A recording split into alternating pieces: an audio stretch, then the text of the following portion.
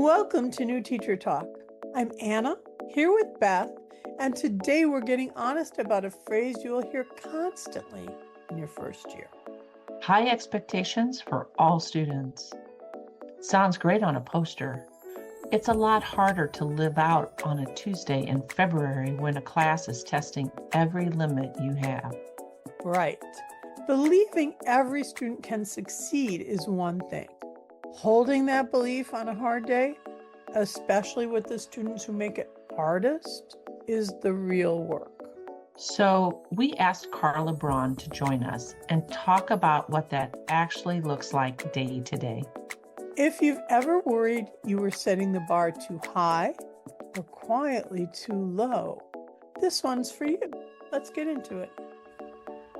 Hi everyone and welcome. If you're a new teacher, I'm really glad you're here because what we're talking about today is something that I care deeply about, and honestly, it's something I don't think gets talked about enough in teacher prep programs.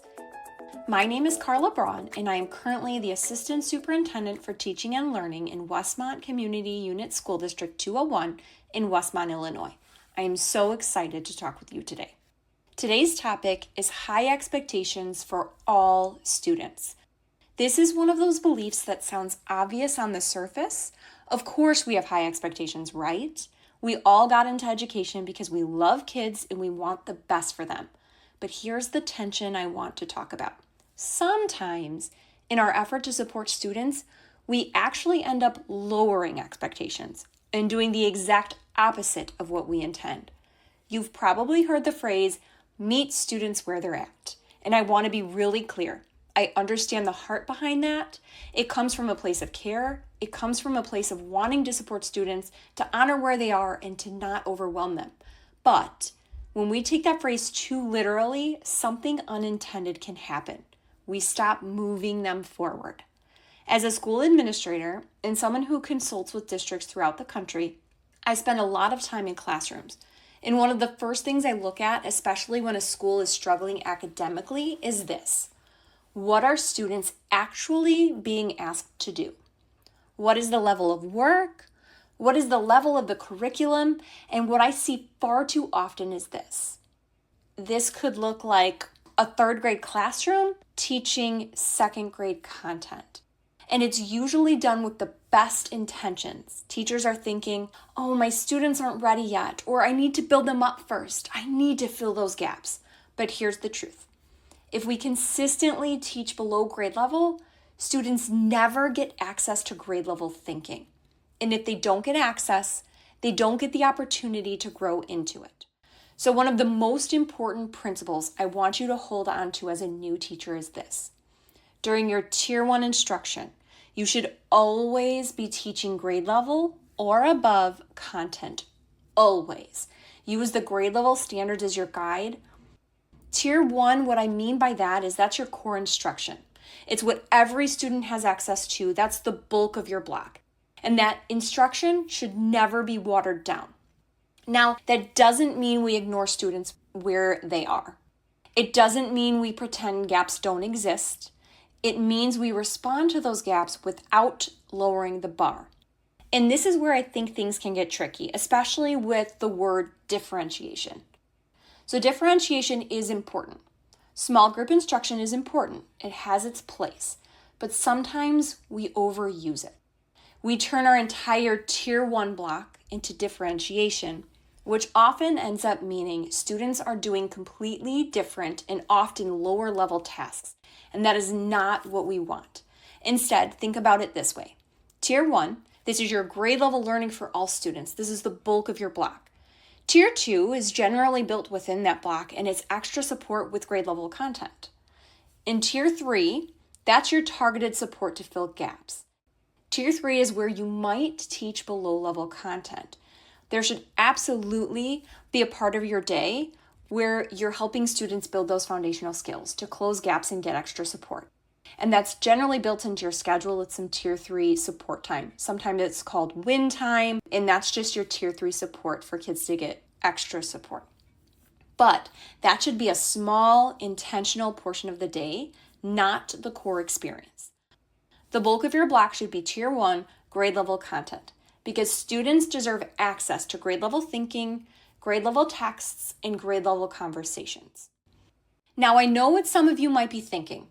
Well, what about my students who can't read the grade level text? We all have students who are struggling with that. And that's a real concern, and it's a good question. So let's take a concrete example. Let's say your class is reading Charlotte's Web. You have a student whose decoding skills aren't quite there yet, and they really struggle to read that text independently. Here's what high expectations look like in that situation. You do not replace the book. You do not give them an easier version or some kind of adjacent text while everyone else reads Charlotte's Web. Instead, you provide access. So you might break that text into smaller chunks. You might highlight or bold key phrases. You might pre-teach important vocabulary. You might pause frequently to discuss and check for understanding. You might do all of those things. If those things aren't appropriate, you can even use read-alouds or audiobooks so the student can listen to the text. So instead of lowering the expectation, you're scaffolding the experience. During your Tier 1 instructional block, you should scaffold or differentiate, but always think of it as scaffolding or differentiating up, never down. You are providing students with access to grade level content. You are never lowering the bar or lowering expectations. Always think of it as scaffolding up. And when you think of a scaffold, it's a temporary structure that should be removed over time. You're saying you are going to engage with the same rich, complex text, and I'm going to support you in getting there. That's what high expectations could look like in action. Now, I do want to acknowledge something really important. There is a very small percentage of students, often around 1% of the population, for whom this approach may need to be adjusted. And the question to guide your thinking is this: is this student expected to lead an independent life? And if the answer is yes, and for the vast majority of students, like 99%, it is, then it is your responsibility to provide access to grade level expectations. If a student has significant needs in an IEP that outlines different goals, then of course you follow that plan carefully. But for 99% of your students, lowering expectations is not support, it's a limitation. And here's the part I really want you to hold on to. Students rise to the level of expectations we set for them. If we consistently lower the bar, they will meet us there. But if we hold the bar high and provide the right supports, they will surprise you every time. They will grow. They will achieve more than you thought possible. So as you step into your classroom, I want to leave you with this. Have a huge heart for kids. Build relationships. Support them. But don't confuse support with lowering expectations. Because the most loving thing we can do is believe that every student is capable of more and then teach in a way that helps them get there. Thank you so much for being here, and thanks for doing this incredibly important work. You are so important. Thanks for spending part of your day with us. Be sure to follow us on Instagram and Blue Sky at New Teacher Talk. You'll get our Tuesday teacher resource every week, plus a Thursday thought to keep you inspired.